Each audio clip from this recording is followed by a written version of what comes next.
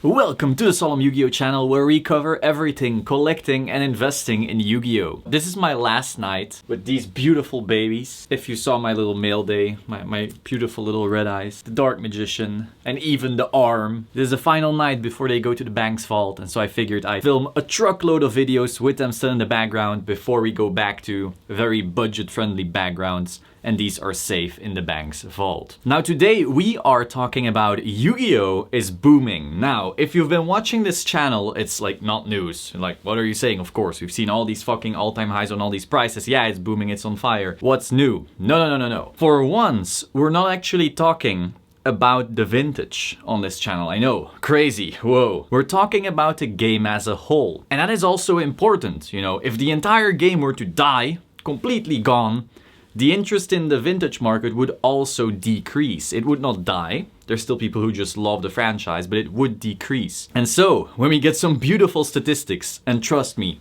these new statistics, wow. Yes, we should be covering them. Card Kingdom CEO from Japan actually went over the market share of the different trading card games in Japan. So they compared 2019 and 2020 and saw, well, which games are growing, which games are on the decline, and so forth. Now, if we had these for the West, I would love to see them and share, but these are Japan specifically. However, that does still have its repercussions, you know. So I'm gonna pull up the graph on this phone right here. So we'll go right to left. First of all, we have Vanguard.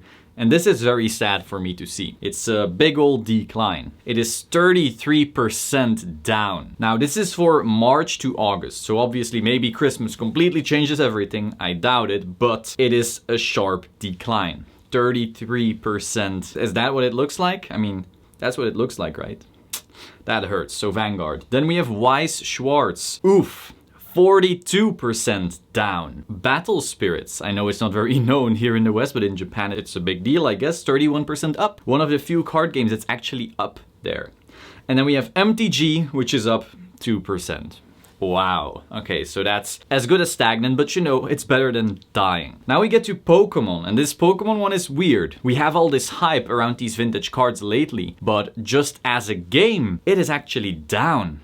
23% in Japan specifically. Remember, this is from March till August. So this doesn't include Logan Paul. Well, to be fair, I don't think Logan Paul would have the greatest effect on Pokemon in Japan. But you know, it's been down.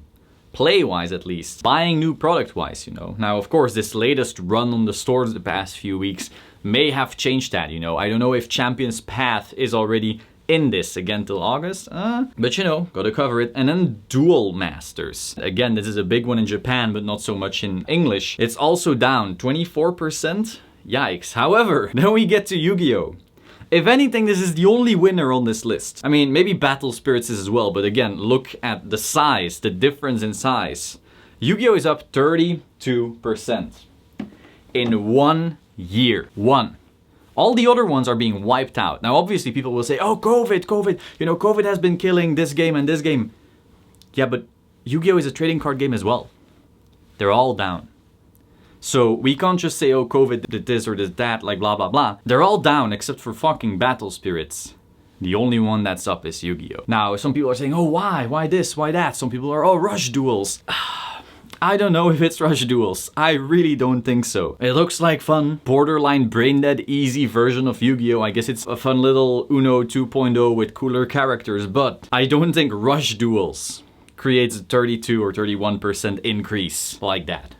Let's be real. If anything, I just think the people that massively quit these other card games are just going back to Yu-Gi-Oh! Maybe there's some people who also just haven't been playing cards that went back to Yu-Gi-Oh! Because they were like, well, I played in 2012 and I got a little bored, I bought some cards and now I'm having fun with Yu-Gi-Oh! You know, that stuff happens. Maybe Duel Links, someone went from, oh, I played Duel Links, was fun, now I want to try the actual cards, want to open some packs and so forth. That's the thing. But again, if we look at all the other card games that also have online simulators, like a Pokemon Online or an MTG Arena, we're not seeing the conversion, only Yu-Gi-Oh! So I literally don't know why. Now, I love the franchise, but can the franchise by itself sustain that? I don't know. Now, someone may say, oh, it's because of the lack of rotation. And that is honestly my #1 idea as to why. Because think about it. If COVID has brought a lot of people back to trying activities within their own little bubbles or reliving some nostalgia, they generally want to go back to what they already own. Imagine this. You are a card game player who hasn't actually played card games in 6 years.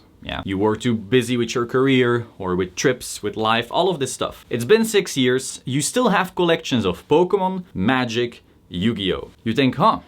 I'm gonna try a card game. You know, I have some cards still. Let's see what I can still do. And they look up Pokemon. Wait, all these cards of mine, I can't do anything with them. They're not playable. Now, on the rare off chance that this person also has some vintage base set stuff, sure, he'll be happy to find out that he has a lot of money. But if not, all of their cards are worth jack shit. Like, you can say, oh, Pokemon has all these price increases, but that's only on the vintage stuff. Everything else gets slaughtered. Now, when I say vintage, I also mean 2004 and all of that. You know, Pokemon's vintage is a bit older already, so they have more cards in there. You have your Shining Star and blah, blah, blah. Gold Star, EX, all that beautiful stuff. But in general, if you just have your general collection of cards, they're not worth anything and they're not playable. So you just sit there like, wow, I can't even do anything with these fucking Pokemon cards. Okay, let's look at my MTG. And they go look at their MTG cards. Wait, I can't play with these either. Because they got rotated out of standard and all the other formats in MTG are kinda not well supported. You know, you can argue, oh, there's Historic on Arena. They recently added Pioneer, I guess. Modern's been on a steep decline because I don't even know why. I'm not a big MTG player, but in general, if you are an MTG player, but you haven't played in 6 years, and so now you just have this collection that's not vintage, so not worth a lot, but also rotated out of standard, you just have a bunch of crap. You can try Commander, maybe one of your cards is actually a good staple, but in general, you just have a bunch of crap that you can't do anything with. Now you enter Yu-Gi-Oh! Your cards are playable. They are in the Eternal format, which is the only format you can play them.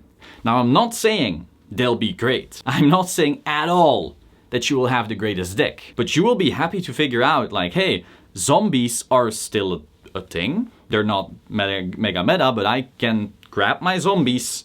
I can maybe put some new cards in, but I can still play a zombie deck. And I can start playing with the cards I already own. Oh, Lightsworns? Lightsworns still exist? Oh, that's crazy. My Charge of the Light Brigade, my Solar Recharge, my Luminas, all that crap.